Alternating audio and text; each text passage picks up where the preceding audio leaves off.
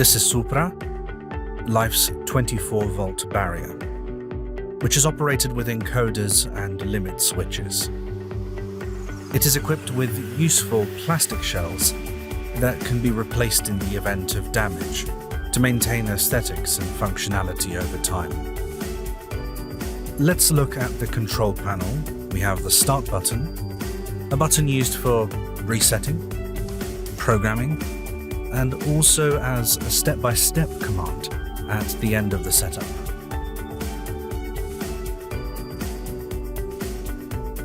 With the red button, we adjust speed and sensitivity. With the yellow button, we adjust automatic reclosure timing. The green button is to adjust several additional options, such as condominium option, pre-flashing, electric lock, and many others. The rod must be positioned at 45 degrees by adjusting the spring load so that the unlatched boom is at 45 degrees. Now, lock the boom and check under the terminal block that the normally closed contacts are lit. So these are LEDs 7, 11, and 12. At this point, begin the initial setup by pressing and holding the start button for 5 seconds.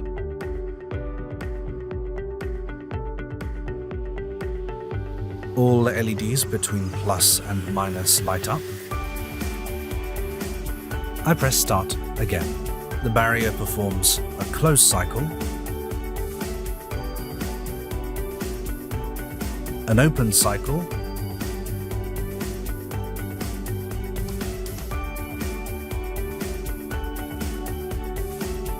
and another close cycle to adjust the stroke setting.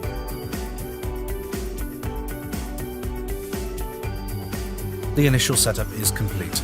The green LEDs flash to confirm that the stroke has been properly saved. The steady red LED under plus confirms that the opening limit switch is active.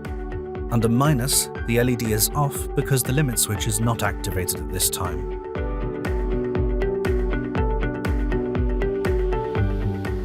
The start button, as already mentioned, can be used to check functionality as a step-by-step control.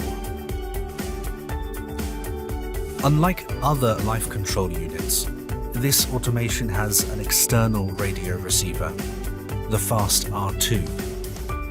So we have to memorize the remote control via the T button. I press it twice. The LED furthest from the bottom lights up. I briefly transmit with the remote control and close the option by pressing the T button again. We have memorized the remote control. And it works.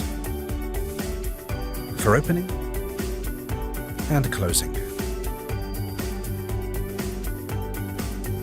I'll continue with the force and reclosure time settings.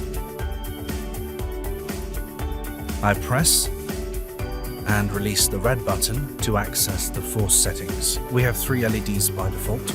With the plus or minus buttons, I can adjust the force level, less or more. I confirm the settings by pressing the red button again.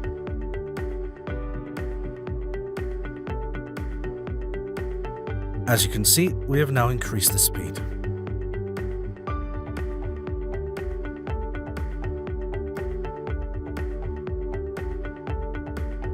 With the yellow button, I adjust the automatic closing time. I press it and release it, then adjust the option I prefer with plus or minus.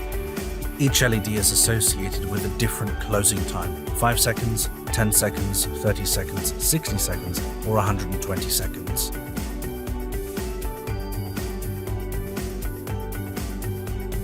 And the automatic closing time is active.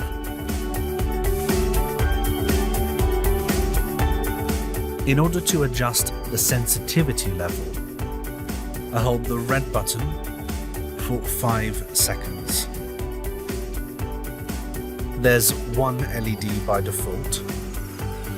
With the plus or minus buttons, I can adjust the sensitivity. The more LEDs on, the higher the sensitivity level and the quicker the time to invert in the case of an obstacle detection. And I press the red button again to confirm the settings.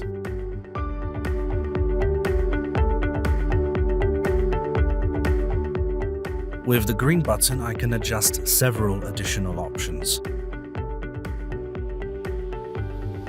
By pressing the green icon in sequence, I scroll through the available options. Every LED is associated to an option. In order to enable that option, I press the plus button. If I want to disable it, I must press minus. To exit the settings menu, press the green button again and again until all LEDs are off.